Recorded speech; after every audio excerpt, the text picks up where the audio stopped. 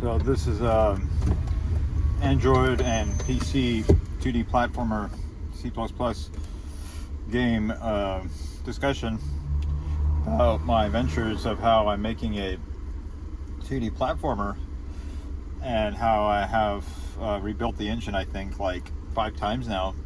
Well, I haven't rebuilt the whole thing. I've gotten to where the character can jump. He's got some platforms. There's some triggers. There's some enemies that are standing around. They don't do anything yet, but I have another platformer in WebGL, or I use WebGL to prototype it with the AI. And the AI does a pretty good job. It writes like a little game.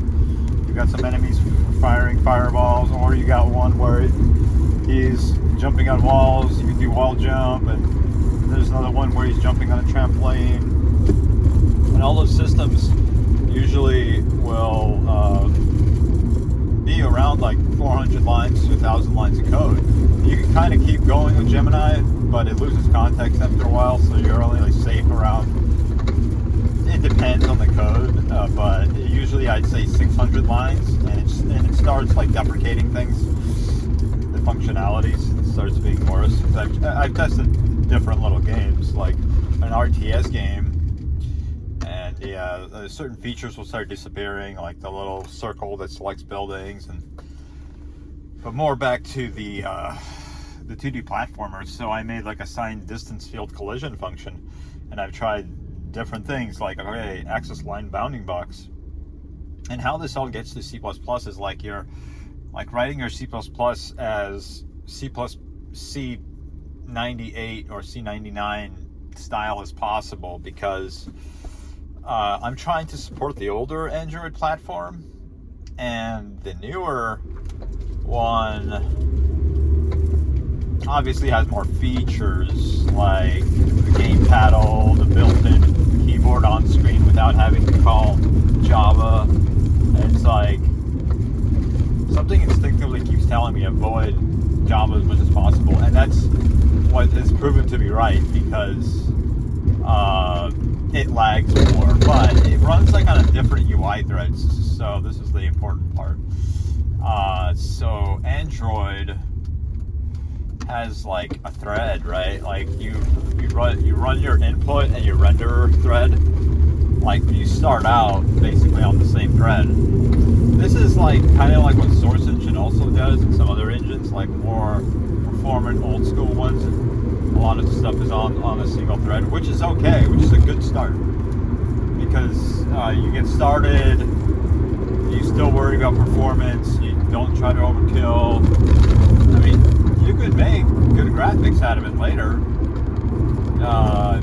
because so I'm going to talk about the endless tunnel example, and that's how I set up my context loss. I first wanted to say resource manager, but they're like almost in the same, but you still have to build your own resource manager. And the way you do that when you have 2 platforms is kind of like a sloppy spaghetti craziness. So you have to kind of like go back, rebuild the engine again, and be like, all right, this time I'm doing it good. I'm separating it by folders. I'm having a core folder and a platform folder, and there's a graphics folder. It's like render stuff. So you kind of want to separate the rendering from the game logic, and it gets annoying. The reason it gets annoying is because sometimes the rendering is part of the logic, because it's like the UI, and then there's a mouse, and then there's the touches, and you want it to work for both, because if the screen rotates, you have context loss and it has to be regained, and then the button is in a different place because it's upside down, and it's just like these spaghetti fork things just keep going in some other ways too, because there's also the shader. Like, what shader model do I pick? Oh, the best one to pick apparently is the crappy one, because in version 100 I'll be able to support the Raspberry Pi Zero, and so I also have it working. I don't have that particular version of the engine working on Raspberry Pi Zero, but I have a Jessie 8, or Debian 8 Jessie, because it has like the fastest OpenGL ES implementation on the Raspberry Pi Zero. I didn't actually know that. I just kind of felt that just by the performance when I ran it. And why that's important, it's a really fast medium to kind of prototype Android because you're really running the same thing. It's the Raspberry Pi Zero isn't even the A53 Cortex chip. It's not on the quad core. Even though I do have a Raspberry Pi 2W, but I think it got thrown out. So I have to get a new one. But basically, it's the one core version of your crappiest phone. There is probably some really crappy phones from back in the day that have Android 4.4 that had 2 cores, but most of them have at least 4. So I have like a Kindle, and I have a Banana Pi Zero, and it has 4 cores, and it's got this like dinosaur Android version on it. I don't know how it even runs, or if it still runs, or it used to crash, and its GPU would say like, I don't even know what the GPU is. It's some GPU. It was cool. Like, I need to try that thing out again because you really like mobile programming when you have like crappy hardware. I have an Android 7 also tablet. It's like this big. And what I've been trying to do with the UI is obviously render normalized buttons. So like I'm on a button that's 128. 120 times 80, right? And I always want one to be consistent. So what you do is you divide the pixels by the width and the height by the height or something. Oh yeah, by the screen resolution, the height. Something like that. I should actually explain that a little more because there was a second part to this. What if you also wanted to resize based on the screen aspect ratio? So it would be a 2-step thing. And then you need to save also its normalized coordinates, which are kind of the result coordinates, and use that to detect the clicks. Now, here's another thing. Different rendering platforms, OpenGL versus Vulkan is one of them, and OpenGL versus Metal is another one of them. In Metal, it goes from 0 to 1. Why do we have to mention Metal? Because a lot of people will make an Android app and port it straight to Apple iOS. And you want to keep that in mind when you write your render. Like, you want to like at least have it in mind that you're going to change your render later in the future as you're coding the OpenGL, just to give yourself like that little edge of a headache that just kind of mind sparks you into thinking that you're actually doing something very simple, and it helps in the long run. So mostly it'll be writing OpenGL because I use WinMG on the setup. It'll work in Visual Studio no problem, I think, because I have another inch in Visual Studio in Glue and GLFW3. They are a little bit simpler than SDL, I guess, but when I ever tried SDL back and I had just a grudge against SDL, I have a very big grudge against SFML because I found even more problems with that thing. And that thing is like the worst of the three. If you go SDL versus GLFW3 Glue versus, there's also GLAD, but Glue and GLAD are kind of similar-ish. There's just ways to hook it to the DLL. You can actually write your own. I actually had to do a part of that when I was messing with IMGUI, Visual Studio on the PC, because like it didn't have all the functions. I was like, I need this frame buffer thing so I could do splines because I needed to be inside of the UI thing here. Yeah, so IMGUI is a cool one to mess around with, and good news. The example, the endless tunnel NDK example, comes with IMGUI.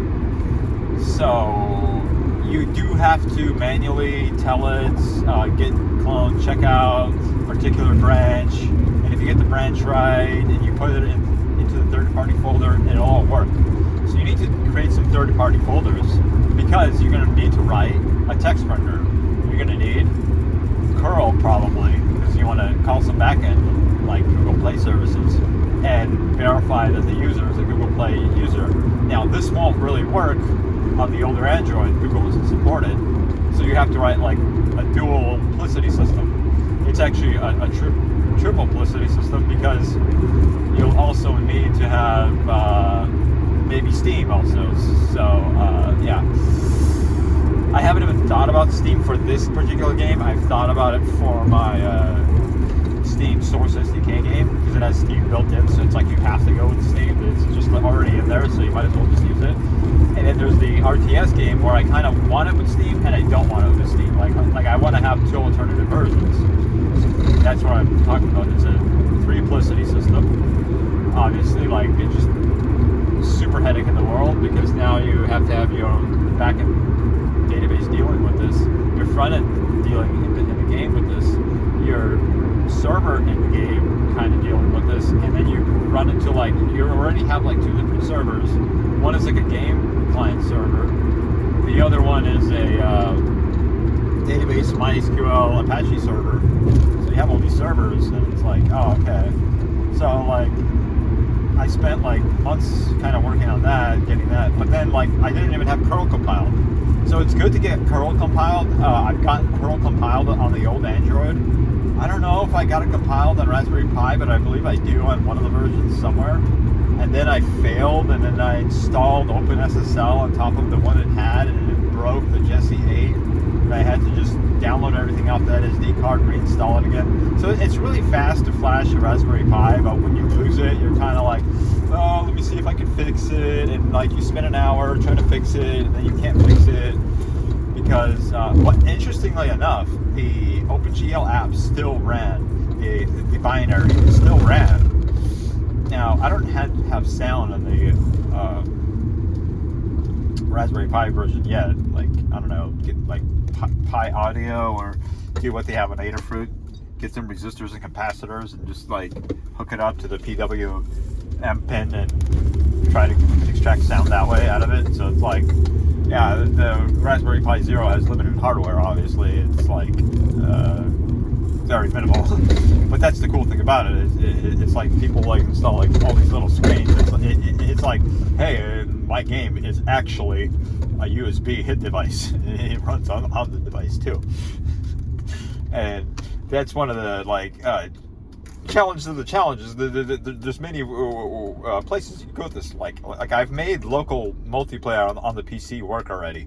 Now I really wanted to make it work on Android, because on Android I have like 4 phones, and I could just like really test the multiplayer live on the devices. But the Windows one obviously has Windows sockets, so translating WinSock 32 into Berkeley BSD sockets is not really going to be a problem. It's pretty much the same thing. There's only like a few things that are different. WinSock 32, main thing is different. You have to call INIT once somewhere in the program. That's like the main difference. There's also a priority thing you could set. There's obviously something crazy like Network Next, where you can reroute the traffic somehow if you knew all the routes and you had all the relays and you wanted to set up your own relay server. Like, I'm not talking about that yet. That you could kind of research on your own and go into Steam networking sockets and have fun with that headache. Because cell phones, problematically, you have to know from the start, will not have an open port. So they cannot just be a UDP server. Yeah, so they can be a UDP server, and I know what the answer is. The answer is there's also this thing called Epic sockets. Now, here's the problem. API 24 and up is what their library only supports on Android. So only the newer phones will be able to host. And computers, obviously, PCs supported. But I think it's only Visual Studio. WinMG won't work. But it's okay, I could just switch compilers. And the nice thing about the newer modern Android, it compiles on Clang. So if I am compiling on GCC on Windows, I can compile on GCC on Linux and Clang on Linux. So you get into all the compilers all at once, really. Like, this forces you. And that's why I keep stressing this thing about the C98 code, because you want this, like, just robust metal metalish code. You want this sturdy, like, tractor thing.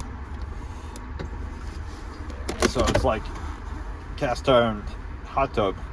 You can crack it, but it'll just keep running like a tank. And so there's things like jump and shaders. Like I made the fart shader. What I did was I made it medium precision on the Raspberry Pi Zero, and I wrote the most minimalist code by going to Shader Toy, prototyping it there, making it like little lines of code. I was like, okay, make a circle, take the radius, get a noise function, and just like do the minimum and just like see how it looks. Then I ported it over, and it looked like, oh, this looks even weirder on the Raspberry Pi, but it sort of looks like a fart, but like you can't even tell like if it's smoke or fart anymore. It just looks like blobbity blah, but that's actually good because like I'm using what? 6 vertices, 2 triangles to do this, a quad. It's perfect because it ran as, you know, like small amounts of code because you have like, I'm branching like one Uber shader. And then yeah, there's a whole thing about branching in Uber shaders, but the draw calls are really like the AI would tell me branching is bad, this is bad. And I'm just like, a lot of draw calls are bad. You don't want more than 10,000 triangles in one. More than 10, yeah. Your game shouldn't use occlusion culling if you're getting over 10,000 triangles because it won't work. Like you'll bottleneck the Raspberry Pi. You'll start to bottleneck the other devices too. Because if it's a good device and you use all that performance, you're just gonna overheat it. You're just gonna drain the battery. Because the more it's like the same on all those Android devices. It's the same thing. That Android stupid chip is the same clone of the same clone of the same clone. And if you just have more of those chips, you're just wasting more power. And the more power you waste, the less people can play your video games. So you might as well just optimize, because you're like optimizing for your build times. You're not just optimizing your build times, you're optimizing your play times and your battery times. So as you're testing it, if it's optimized, you're saving time, saving it yourself, building this stupid thing. That's the cool thing about optimizing it. Like, oh yeah, today I just built like one thing. It's like, yes, but that goes a long way later. Because that one thing, it just like lasts forever. Because like, the way you know you built it right is like you could always recall it from your head. That even if they took the computer away for 10 years, you'd come back and like in the first week you'd just recode that thing again. That's how you know you coded something good. So that's a little bit about